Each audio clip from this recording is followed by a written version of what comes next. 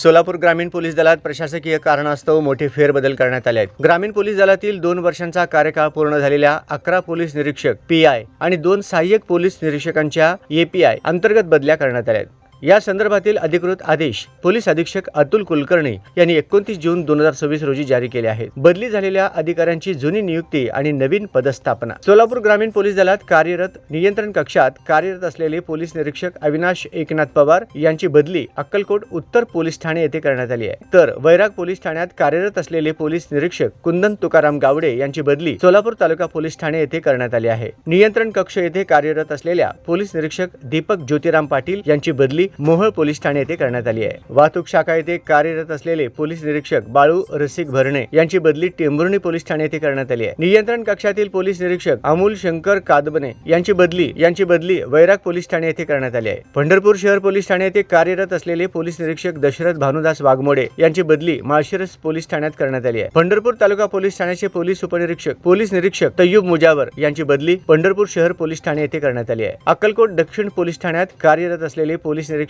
सुरेश गणपतराव चिल्लावार यांची बदली पंढरपूर तालुका पोलीस ठाणे येथे करण्यात आली आहे। माळशिरस पोलीस ठाण्यात कार्यरत असलेले पोलीस निरीक्षक विकास चन्नवीर दिंडोरे यांची बदली सायबर पोलीस ठाणे येथे करण्यात आली आहे। नियंत्रण कक्षात कार्यरत असलेले पोलीस निरीक्षक दीपक लक्ष्मण बर्डे यांची बदली जिल्हा वाहतूक शाखा येथे करण्यात आली आहे। पोलीस निरीक्षक कमलाकर नरसिंह गड्डीमे यांची बदली नियंत्रण कक्षातून आर्थिक गुन्हे शाखा येथे करण्यात आली आहे। पंढरपूर तालुका पोलीस ठाणे येथे कार्यरत असलेले सहाय्यक पोलीस निरीक्षक अक्षय आप्पासो सोनवणे यांची बदली बार्शी तालुका पोलीस ठाणे येथे प्रभारी म्हणून नेमणूक करण्यात आली आहे। तर आर्थिक शाखा येथे कार्यरत असलेले सहाय्यक पोलीस निरीक्षक गणेश अण्णासाहेब कड यांची बदली सोलापूर तालुका पोलीस ठाणे येथे करण्यात आली आहे।